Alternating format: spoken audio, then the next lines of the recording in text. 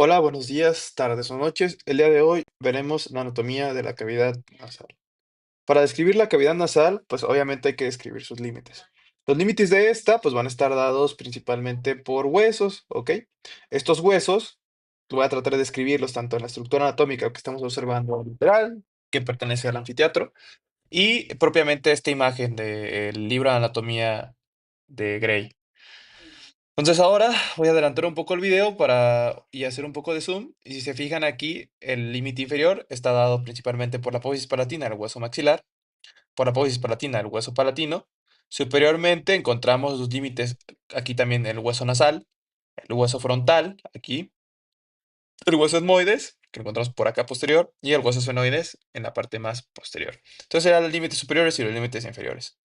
En la parte posterior encontramos las coanas, ¿ok? Que estarían a este nivel también.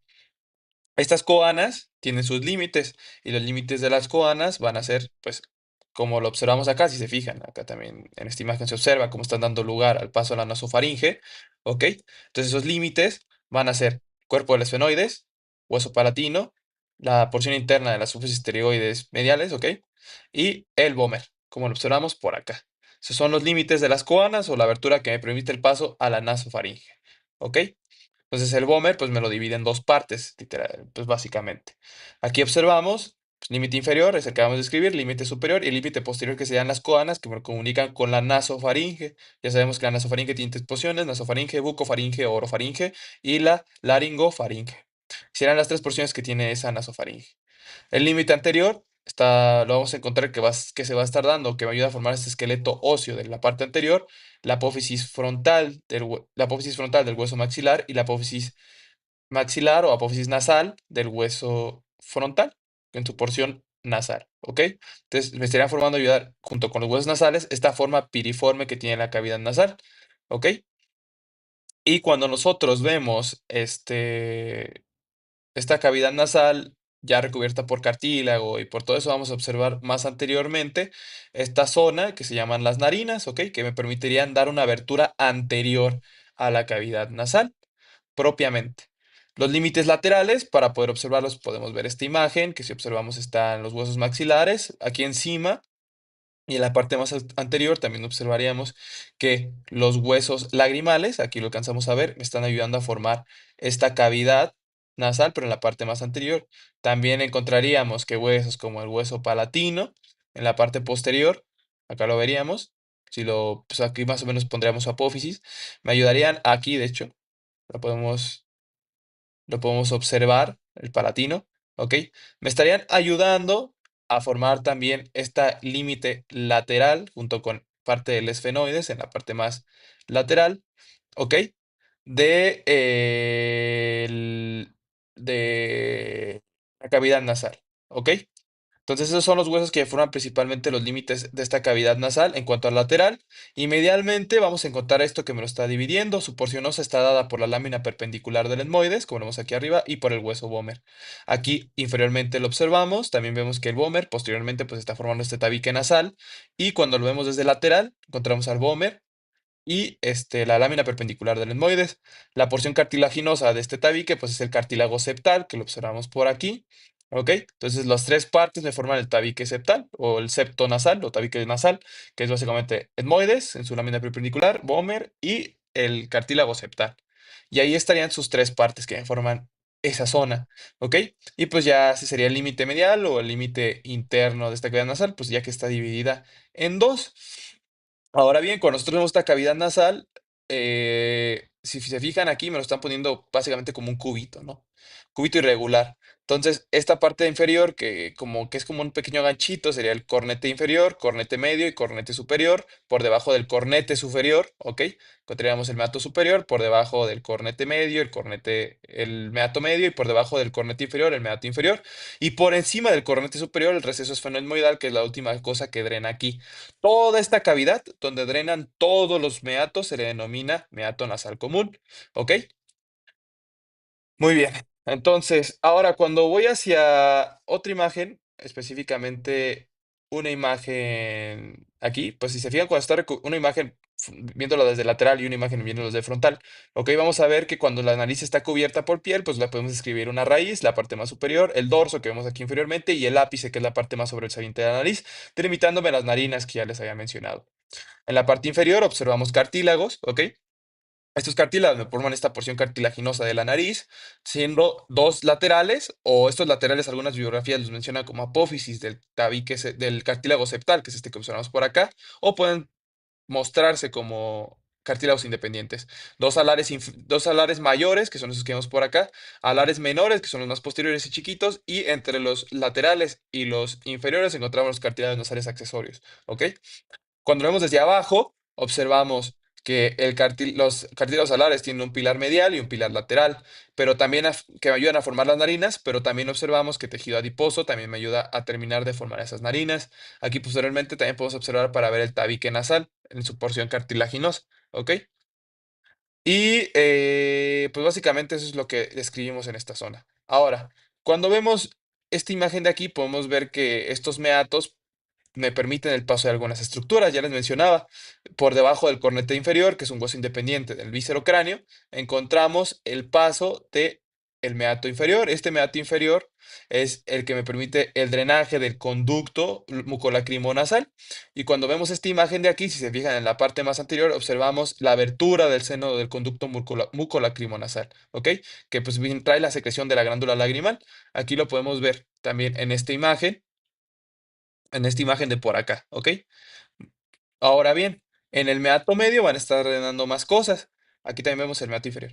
Y este sería el cornete inferior. Entonces, en el meato medio, por debajo del cornete medio, van a estar drenando otras cosas, como lo son el seno frontal, por medio de su conducto frontonasal, ¿ok? Aquí observamos cómo aquí meten una pequeña varillita y meten este conducto, meten aquí en el seno frontal una varilla que va hasta acá abajo, en esta zona, y ese sería el conducto propiamente frontonasal, ¿ok?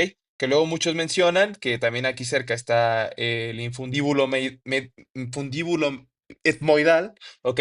Y que primero pasa conducto frontonasal, infundíbulo etmoidal, que termina llegando aquí a nivel del hiato semilunar, ¿ok? Ahora, en esta imagen de acá también observamos lo mismo, nos lo describen bastante bien, ¿ok? Aquí podemos observar lo mismo. En esta zona, pues observaríamos el hiato semilunar, ¿ok? Y aquí, pues también observamos el orificio donde está drenando el seno maxilar. Si bien, si se fijan aquí en esta imagen, pareciera que está drenando el meato inferior, no, drena en el meato medio. Solamente que desde esta perspectiva, cuando nosotros vemos el seno maxilar por aquí, fíjense, aquí está la abertura del seno maxilar, aquí estaría el seno maxilar y si se fijan, si se ve cómo está llegando a esta zona, porque el seno maxilar está más lateral, como lo vemos acá. Entonces aquí sí me permite ver lateralmente ese drenaje del seno maxilar, ¿ok? Aquí veríamos el hiato semilunar, conducto frontonasal que estaría llegando a esta zona, ¿ok? Y pues básicamente las setillas esmoidales, o sea, setillas esmoidales que se completan pues con parte del hueso frontal, hueso lagrimal, huesos fenoides, ¿ok? Y pues se completan acá. Ahora bien, ¿qué más drena a nivel de ese conducto o nivel de ese meato medio? Pues tenemos que tener que van a estar llegando a nivel de la bulla etmoidal, las setillas etmoidales medias, ¿ok? A este nivel van a estar llegando las celdillas etmoidales medias, pero también a este nivel llegan las celdillas etmoidales anteriores, ¿ok? Entonces aquí nada más habría que poner atención y veríamos aquí este pequeño conductillo. Al hiato semilunar también se llama unidad osteomateal porque llegan un montón de cosas a este nivel y pues aquí estarían drenando las celdillas etmoidales anteriores, sobre todo pues a través de algo que se denomina infundíbulo etmoidal. Aquí también vemos lo mismo. Ok, hiato semilunar, aquí pues estaría llegando. Y pues el meato nasal medio es el que se suele describir, ok, que es parte del meato nasal medio. El meato nasal anterior, pues estaría llegando también a esta zona, ok. Y ahora las etmodiales posteriores drenan, pero drenan en el meato superior. ¿ok? Entonces, las cilias hemorroidales posteriores es la única cosa que va a estar drenando en este meato posterior por medio de los conductos directos. Y en la parte más posterior de la región nasal y superior encontramos la abertura del seno esfenoidal, que llega a algo que se conoce como receso esfenoetmoidal, ¿ok? Que encontramos por acá, y ahí está drenando este último seno. Y a toda esta zona de aquí, donde drenan todos los senos, se le llama meato nasal común, es lo que se conoce así. Listo. Ahora bien, cuando vemos un corte frontal, déjenme poner otra vez acá mis piezas anatómicas, bueno, las piezas anatómicas del laboratorio. Vamos a tener cortes frontales. Aquí pongo un corte frontal, miren. Este corte frontal es el mismo que vemos por acá. Senos maxilares, ¿ok? Meato inferior, meato medio. Solo que como está muy anterior este corte, no me permite ver los meatos superiores, por lo que hago un corte más posterior. Y en un corte más posterior sí me permite ver tanto. A ver, es que aquí está estorbando mi dedo. Aquí está meato medio, meato inferior, meato medio y acá arriba debería estar el meato superior. Nada más que ahí lo colorearon un poquito. Y déjenme ver, porque si yo les coloco esta imagen de acá, pues fíjense, aquí se me permite ver meato inferior, meato inferior, meato medio y meato superior, porque aquí sería el cornete superior. Son esas pequeñas cositas que se ven aquí. Y pues básicamente sería lo que me está permitiendo el drenaje venoso, acá el drenaje venoso, el drenaje de los senos. Cuando yo veo un Atlas 3 de anatomía, pues si se fijan, aquí igual en este corte frontal, es lo que les venía explicando desde hace un rato. Entonces esta sería, a ver, es que aquí se trabó el Atlas, esperen. Ah, aquí está. El cornete nasal superior, cornete nasal medio y cornete nasal inferior. Sean los tres cornetes en este corte frontal. Fíjense el corte que hice aquí en el cráneo para poder verlo, ¿ok? Y pues si se fijan, acá están los senos maxilares y los esmoidales. Cuando yo lo veo así, pues igual. Ya como es un corte más anterior, fíjense cómo el corte ya lo estoy haciendo más anterior. Fíjense cómo está más posterior. Para poder verlo, para poder ver el meato superior, tengo que hacer un corte más posterior, ¿ok? Y pues aquí se ven todos los senos que les vengo mencionando. Son los senos paranasales porque están laterales o cerca, pero no en la cavidad nasal, están cerca de la cavidad nasal. Entonces están los senos maxilares, senos frontales, senos etmoidales, básicamente, y el seno esfenoidal. Entonces todos estos, lo que les pueden llegar a preguntar, cuáles están presentes al nacimiento y son los maxilares y los etmoidales. Son los que están presentes al nacimiento, por ejemplo, en pacientes pediátricos, solamente sentirían, por ejemplo, a la exploración física dolor en esta zona de los etmoidales, de los senos etmoidales y los maxilares. Aquí en este corte lateral, pues si se fijan, me permite ver igual los senos que hay en esta zona, la concha nasal inferior, aquí estaría pues el hueso etmoides, y cuando hago un cortecito un poquito más lateral, acá en esta atlas me permite ver muy bien todo lo que me está formando estos senos, ¿ok? Meato inferior, meato medio y meato superior. Fíjense cómo el meato superior está más posterior que los demás, por eso para poder verlo necesitas hacer cortes más posteriores. Igual acá con colorcitos. Meato superior, meato medio, meato inferior. Y esta zona más posterior sería el receso esfenoidal. Aquí igual vemos esta zona. ¿Ok? Vemos las zonas. Si se fijan, aquí solamente voy a poder ver el meato inferior y el meato medio. Porque aquí va a estar el cornete medio y el cornete inferior. Para poder ver el cornete básicamente superior, pues fíjense, necesito hacer un corte más posterior. Entonces, un corte más posterior se necesita para poder verlo. Si fijan hacia posterior, esta zona de aquí serían las coanas. Fíjense cómo están delimitando esta zona posterior que me da paso a la nasofaringe. Déjenme ver si hay un corte, un lugar donde no esté el cráneo totalmente cortado. Ah, miren, aquí está. Fíjense, eso que se ve ahí son propiamente las coanas, ¿ok? Entonces, esto verdecito de aquí es el vómer, esto lateral de acá es el esfenoides y esto inferior es el hueso palatino, ¿ok? Entonces, fíjense ahí cómo se están dando esas zonas. No puedo hacer más zoom, el de este ya no me permite hacer más zoom, pero pues sí creo que se alcanza a ver bastante bien estas coanas que me permiten el paso a esta zona de acá, que pues aquí se estarían insertando todos los músculos de la faringe, ¿ok? Entonces sí me permite ver muchas cosas este atlas.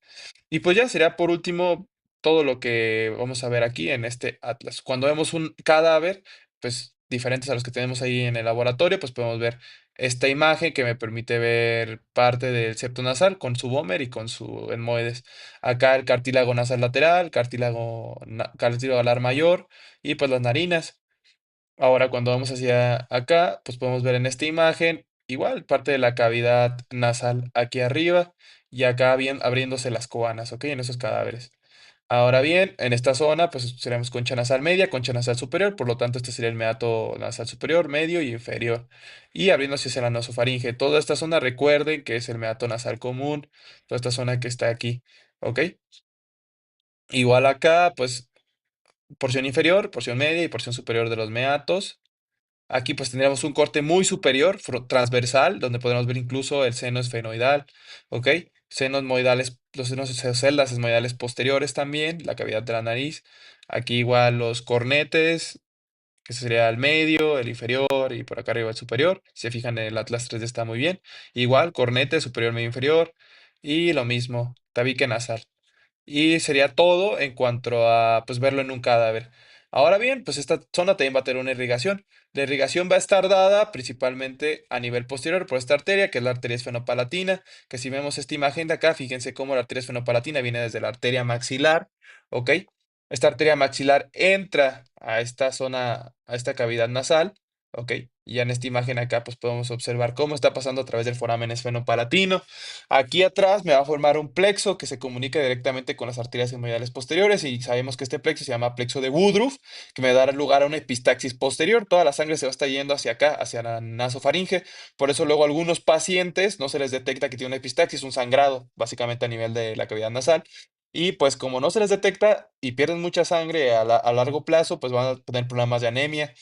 A caso contrario con lo que pasa en esta zona que se llama área de Little, que es donde se forma el plexo de Kieselbach o anterior, que da una epistaxis anterior, que está formado por las arterias etmoidales anteriores, que las etmoidales son en general ramas de la arteria oftálmica, que las arterias etmoidales vengan de la arteria oftálmica, obviamente son directamente ramas también de la carótida, no, o sea, son ramas de la carótida interna, ¿ok? O sea, etmoidales vienen de la oftálmica, que es rama de la carótida interna, por lo que es muy importante ver que es una comunicación o una anastomosis entre la carótida externa y la carótida interna, por lo que infecciones o alguna zona ahí puede llegar a ser muy peligrosa. Entonces, etmoidales anteriores, las ramas nasales laterales o septales de la arteria labial superior, que es una rama de la arteria maxilar, ¿ok? La arteria palatina mayor, que pasa por el conducto incisivo, que también me ayuda a formar ese plexo de Kieselbach, o sea, recordemos, etmoidales, arterias etmoidales, arterias nasales laterales, la arteria palatina mayor, ¿ok? Y el esfenopalatina me forman el plexo de Kieselbach. Aquí anterior, y esta va a ser una epistaxis anterior, que básicamente sí va a haber un sangrado hacia anterior y ese sí lo vamos a poder detectar. En el 80-90% de los casos va a ser un sangrado anterior. Aquí vemos igual otras imágenes, arterias hemorroidales anteriores, la arteria esfenopalatina, la arteria palatina mayor y pues ya básicamente. Acá vemos déjenme ver si hay alguna otra imagen. Acá en el néter, pues vemos las mismas arterias, ¿ok? Aquí se ve cómo la arteria maxilar me está dando tanto la palatina mayor como la esfenopalatina, que es su rama terminal, y pues me está ayudando a formar ahí esos plexos. Y las venas, pues su drenaje venoso lo va a estar dando la vena etmoidal anterior y la vena etmoidal posterior, que son afluentes del seno cavernoso a través de la vena oftálmica, ¿ok? La vena esfenopalatina, que sigue el mismo trayecto de la arteria esfenopalatina, y cuando está presente la vena nasal o la vena espirilo, que pasa por el foramen ciego en el 1% de la población, también ayuda al drenaje venoso, igual a la vía superior, ¿ok? Que pues parte de la facial. La más importante es la esfenopalatina, o la que suele escribir más, que sabemos que esta llega al plexo pterigoideo, y del plexo pterigoideo pasa a la vena maxilar, y ya la vena maxilar pues llega a la retromandibular propiamente. Entonces ahí estaría el drenaje venoso y la inervación, pues del tercio olfatorio, que es el tercio más posterior, es un tercio, pues ya sabemos que está dado por los nervios olfatorios del primer par craneal, ¿ok? Y la porción sensitiva, que son los 2 tercios, o la área que se conoce como área respiratoria, que pues esta área respiratoria son los 2 tercios más anteriores, ¿ok? O la mayoría de esta zona pues va a estar dada principalmente por el nervio trigémino, por su primera rama, la porción superior, por el nervio etmoidal anterior, y por su rama inferior, que es el nervio nasopalatino, que es rama del nervio maxilar, que es la segunda rama del trigémino, que va a estar formando toda esta zona. Igual los etmoidales posteriores también. De hecho, un dato curioso es que a los nervios etmoidales se los conoce como nervios de Luschka o vasos y nervios de Luschka.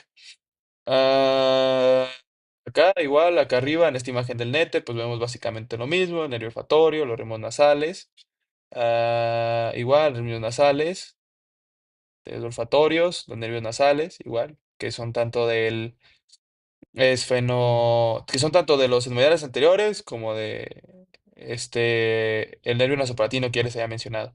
Entonces es trigémino, básicamente inervación sensitiva. Y cuando vemos nosotros la cavidad nasal, se los voy a poner aquí en grande para que le tomen captura si quieren al resumen.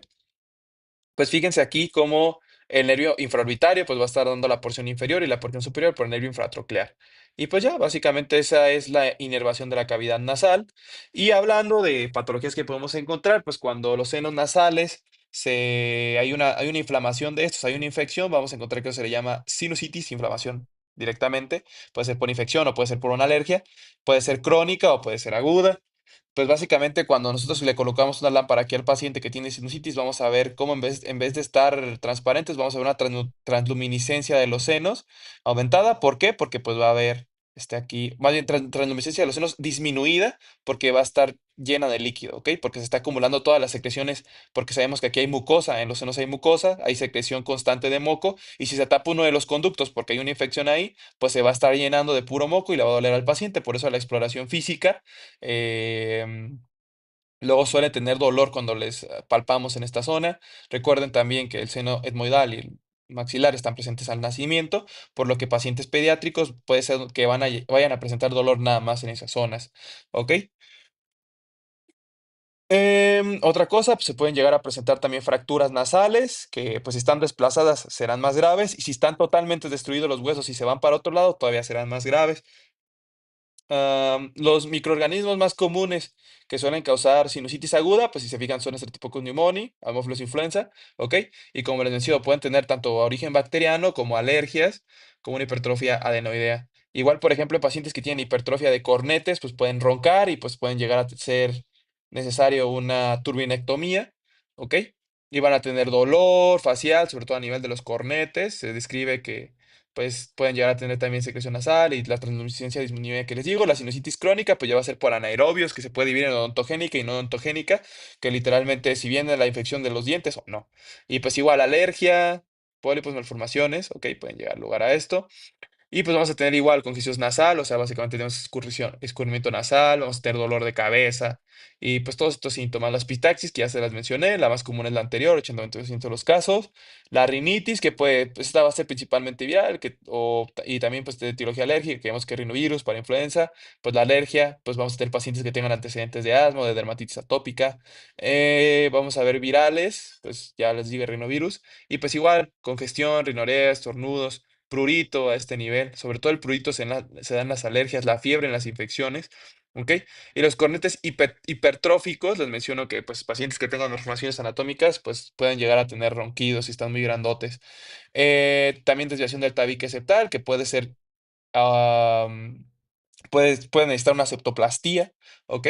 Y pues va a dar una obstrucción nasal crónica, lo que puede dar problemas al dormir, como apneas del sueño, cefaleas, epistaxis recurrentes.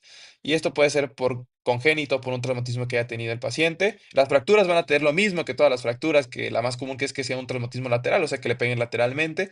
Van a tener dolor, van a tener deformidad de la zona, o sea, pueden estar sumidos o puede estar hundida esa zona. Puede tener hematomas también, puede haber infecciones de las celdillas y de los senos maxilares. Obviamente, si es de los senos maxilares, como están más inferiores, va a ser pues a nivel inferior el dolor o infraorbitario, y pues el dolor a nivel de las celdillas va a ser periorbitario. ¿Ok? Aquí también tenemos los microorganismos, específicamente los maxilares. Hay una tríada aguda que es el neumococo, H. influenza y Moraxella catarrhalis. ¿Ok?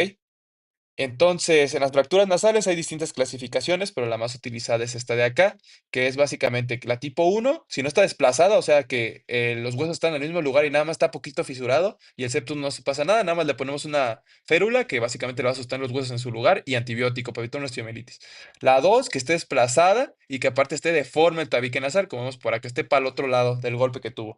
Entonces, en ese caso, le acomodamos los huesos y le acomodamos el tabique, ¿ok? y se alinea con rinoscopio. Y con este, pues le conectamos una férula para que no se mueva y damos cefalosporinas. Y ya el tipo 3 que ya esté muy desplazada y que aparte esté totalmente destruida, así cachitos, y aparte los cachitos estén más para el ojo, unos estén más para atrás de la cavidad, unos más para adelante, pues a ese sí le vamos a hacer una cirugía abierta, una septumplastía, y aparte vamos a dar un antibiótico más potente, como es amicacina, y aparte la cefalosporina. Y bueno, chicos, esto es todo de mi parte de cavidad nasal, esto es anatomía clínica, nos vemos a la próxima, adiós.